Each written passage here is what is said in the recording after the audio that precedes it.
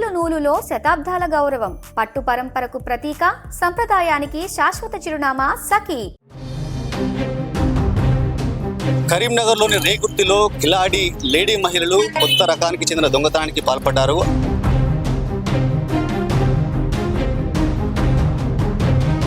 వచ్చేలోపు తను స్పృహ కోల్పోయి ఉంది.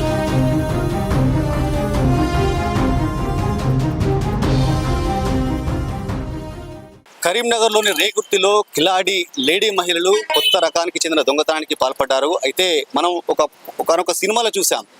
కాకి సినిమాలో కొందరు అంతర్రాష్ట్ర దొంగలు రాత్రి సమయంలో ఇంటికి వచ్చి, ఎవరు లేని వాళ్ళ ఇంటికి వచ్చి అక్కడ వాళ్ళ ఇంటి వాళ్ళను భయభ్రాంతులకు గురి చేసి, వాళ్ళ ఇంటి వాళ్ళను కత్తులతో దాడి చేసి లోపల ఉన్న బంగారం నగదును కూడా తీసుకెళ్లిన సిచ్యువేషన్ మనం సినిమాలో చూసాం. కానీ కరీంనగర్లో జరిగిన దొంగతనం మాత్రం ఒక విభిన్నంగా ఉంది. ఎందుకంటే కరీంనగర్లో ఒక నలుగురు మహిళలు, కిలాడి మహిళలు, మేము సమ్మక్క సారలమ్మ టెంపుల్ నుంచి వచ్చాము, ఇంట్లో మీ ఇంటిల్లిపాదికి ఆరోగ్యం బాగాలేదు, మేము తెచ్చినవి బొట్టు పెట్టుకుంటే మాత్రం మీ ఆరోగ్యం సెట్ అవుతుంది, ప్లస్ మీ అమ్మవారికి పుస్తమట్టలు చేస్తున్నాము, మీరు కొంత ఆర్థిక సాయం చేయండి అని చెప్పి వాళ్ళు ఈ యొక్క కొత్త రకమైన దొంగతనానికి పాల్పడుతున్నారు. అయితే కరీంనగర్లో మాత్రం రేగుర్తిలో ఒక ఇంటికి వచ్చి ఆమెను మాయమాటల్లో దించి కొంచెం ఆర్థిక సాయం చేయండి అని చెప్పి కూడా బొట్టు పెట్టిన తర్వాత, స్పృహ కోల్పోయిన తర్వాత ఇంట్లో ఉన్న నగదును అదేవిధంగా బంగారాన్ని అపహరించుకున్నారు.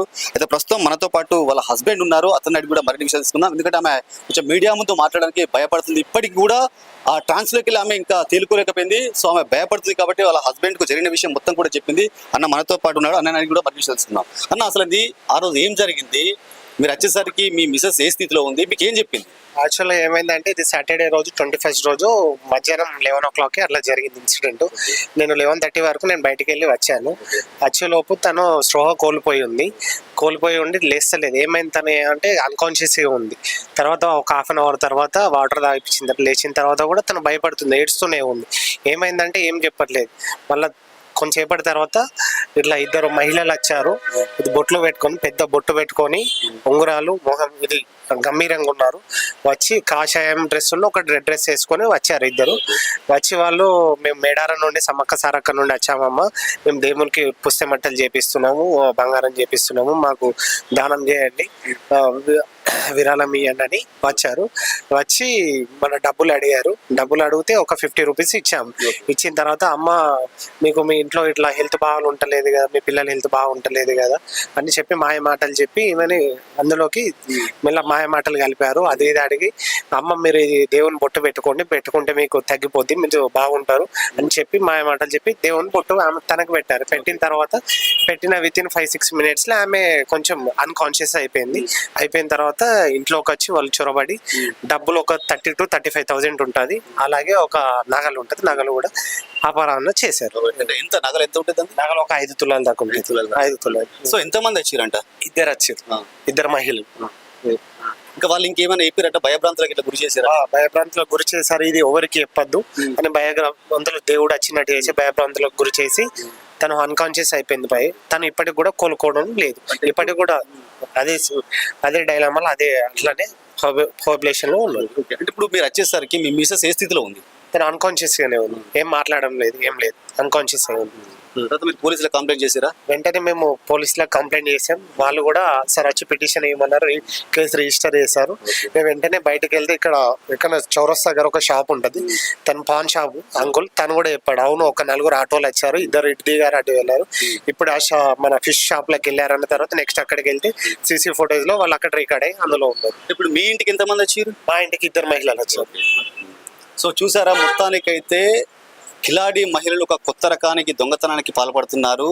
అంటే సమ్మక్క సారక్క నుంచి, జాతర నుంచి వచ్చాము, మేము సమ్మక్క సారక్క యొక్క బొట్టు తీసుకువచ్చాము, ఈ బొట్టు పెట్టుకుంటే మీ ఇంట్లో అనారోగ్య సమస్యలు ఏమున్నా కూడా అవి తొలగిపోతాయి, ఈ బొట్టు పెట్టుకుంటే మీకు అంత మంచి జరుగుతుందని ఒక నమ్మించి ఇంట్లో ఒకరే ఉన్న మహిళలను టార్గెట్గా చేసుకుని ఇంటిపైకి వచ్చి ఆమెను ఒక ట్రాన్స్లోకి దించిన తర్వాత ఆ మత్తు కలిపిన బొట్టును ఆమె నుదుటి పెట్టిన తర్వాత ఆమె వెంటనే స్పృహ కోల్పోవడం జరిగింది. స్పృహ కోల్పోయిన వెంటనే ఆమె కింద పడిపోవడంతో ఇంట్లోకి ఆ ఇద్దరు మహిళలు చొరబడి ఆ ఇంట్లో ఉన్న 35,000 నగదు, దాంతో పాటుగా ఒక 5 తులాల చైన్ కూడా తీసుకెళ్ళడం జరిగింది.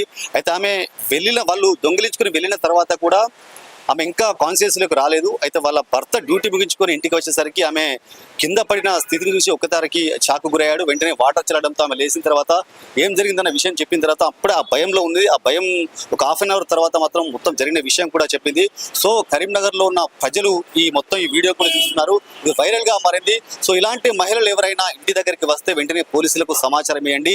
ఎవరు తెలియని వ్యక్తులను ఇంట్లోకి రానియద్దును కూడా పోలీసులు హెచ్చరిస్తున్నారు. మొత్తానికైతే ఈ ఉదంతంతో మాత్రం కరీంనగర్లో ఒక సంచలనంగా మారింది. మొత్తానికైతే ఈ బొట్టు పేరుతో గరణ మోసానికి పాల్పడుతున్న ఎవరైతే నిందితులు ఉన్నారో వారిని తొందరగా అదుపులోకి తీసుకుని వారిపై కఠిన శిక్షలు విధించాలని కూడా కోరుతున్న పరిస్థితి నెలకొంది. దీంతో కరీంనగర్ ప్రజలందరూ కూడా ఇలాంటి వ్యక్తులు ఎవరైనా తెలియని మహిళలు మాత్రం వస్తే ఖచ్చితంగా పోలీసులకు సమాచారం అందించాలి. ఇలాంటి వ్యక్తుల పట్ల జాగ్రత్తగా ఉండాలని కూడా కోరుతున్న పరిస్థితి నెలకొంది. కెమెరా పర్సన్ సాయితో శ్రీనివాస్, సుమన్ టీవీ, కరీంనగర్.